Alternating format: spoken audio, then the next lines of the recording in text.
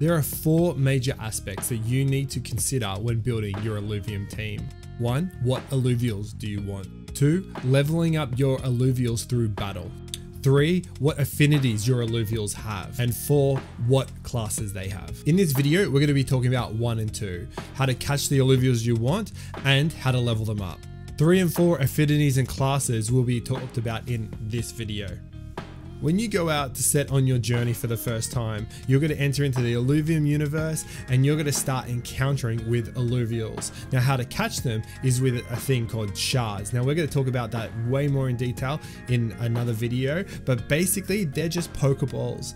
And at the beginning area in tier 0, you'll be given these in some way, shape or form. We don't totally know how. And when you get your hands on your first shard, you're going to be looking for an encounter, looking for an Illuvial that you'll be able to catch and hold as your own.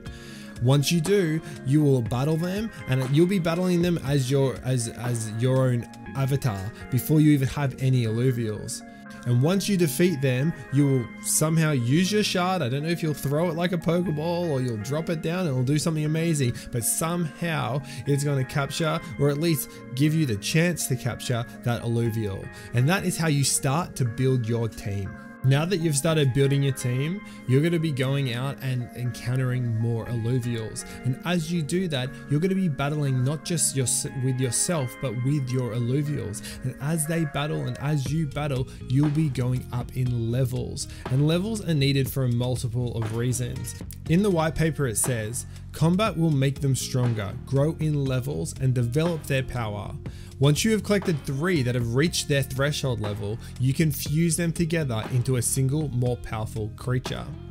So as you can see, battling and encountering other Illuvials is so important to whether you're going to just be an adventurer collector or whether you're building up a team to be able to battle in tournaments. You need to battle to be able to encounter better Illuvials, more rare Illuvials, and beat them so that you can catch them with shards. Affinities and classes are going to be in our next video, so be sure to like and subscribe so that you can get caught up. Now in the clip coming up, Josh and I will be talking about team building straight from the white paper. Team building.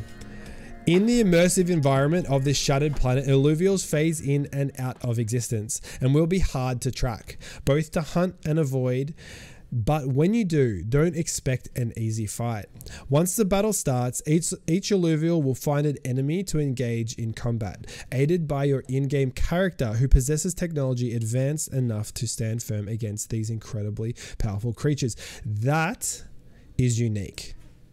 Yep. So in Pokemon, that I wasn't sure of. Yeah, so in Pokemon, your character does nothing. They're nothing. They throw a Pokeball and that's all they do. They throw a Pokeball. The Pokeball comes back to them. They don't even need to pick it up. It just comes back and goes in their pocket. Nice. It's just they're lazy. They don't do anything. They're not strong. Whereas when I was hearing these interviews, they were talking about like weapons, and I was like, Illuvials, I can't imagine Illuvials holding weapons. Maybe they will, I'm not sure, but you as a character yourself will be able to stand firm against these incredibly powerful creatures. That is really interesting. Dude, we need to get into an interview with Kieran. I would love to pick his brain about this type of stuff. Oh, dude. Oh, for sure. Right. I told you I've been wanting to talk to him just to tell him all the ideas I have to make his game so much better. Yeah. All right. And he'll be like, take it to the governance chat. All right. So keep in mind the synergies between Illuvials. It can be the difference between victory and defeat. Engage the mysterious Illuvials in battle, and if you win, they can be stored in a shard where they will accompany you on a personal odyssey. So that's also different, because with Pokemon, you want to get them down to a point where they're almost fainted, but they're not. So you don't want the Pokemon to faint, because if they faint, they just disappear, which is a bit strange. You know, you'd think that that'd be the easiest time to catch, but no, you need to get them down to a point where they've got a little bit of health. So with this though, you defeat them and then you catch. So,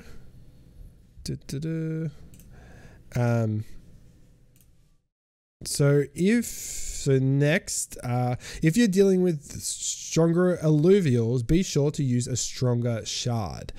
So shards are Pokeballs. Otherwise, you risk losing that rare creature forever. I love the consequence of, like, you've got a rare Illuvial in front of you, and if you don't catch them, like, literally you could be staring your face at like $1,000, because you can look at these Illuvials with monetary value. You can look at them with dollars or Ethereum and go like,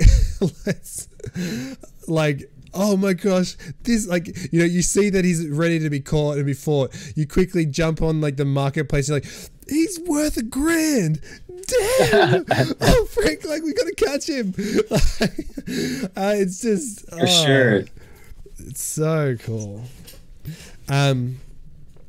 Definitely. Is it possible for you to drop one of the human characters in for anyone to see? There we go. Yep. Yeah. So they like, these guys are going for like really detailed, high poly, like. Dude, the art is amazing. Like, literally, look at the strands of hair. I mean, they have left no detail out, even down to the freckles. Like, it is just amazing. I guess one thing that I've, like, you know, I've covered games, you know, previously, like in a past life, and it's one thing to show renders like this, but then the in-game will be quite different. So I am interested to see how that'll be handled. But the fact that they're going to this type of detail, it does show on the block, like with blockchain games, is also. If you're beyond 8-bit, then you are detailed. Exactly. I mean, this is next level. Yeah, no, exactly. Okay, where were we? So, okay, combat will make them stronger. So I didn't know this. Okay, which it makes sense to the Pokemon world, but there's so much that's different here. I wasn't sure. So combat will make them stronger, grow in levels, and develop their power. Once you collect 3 that have reached their threshold level, you can fuse them together into a single more powerful creature. That's sick. Okay, all right, so you gotta catch them, you gotta max them out at the highest level that they can be, and then they can fuse. So this is like, you know, okay, let's bring it back to this, like, this picture of like the you know, the Squirtle, the Charmander, the Bulbasaur, you know, of this game. Basically, I need to get 3 Atlases. Then I need to battle with them, like, each individually, to get them up to a point where they're the max level, whatever that is.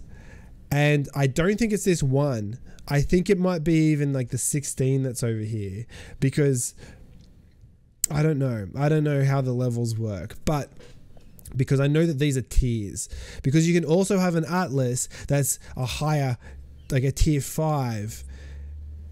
So, I'm interested. Oh, okay. There's so many questions I have. Okay. Yeah. Tons. But regardless, tons. You get 3 tier 1 Atlases. You level them up completely. Then you can fuse them together to get an Axon. And so then, but then you need to get really 9 Atlases, get them all the same level, fuse each of them together into 3 Axons, that then, well, then those 3 Axons, you got to level those up, and then you can create an Axodon. So that would be my thinking for sure. I mean, yeah, I mean, that requires some gameplay.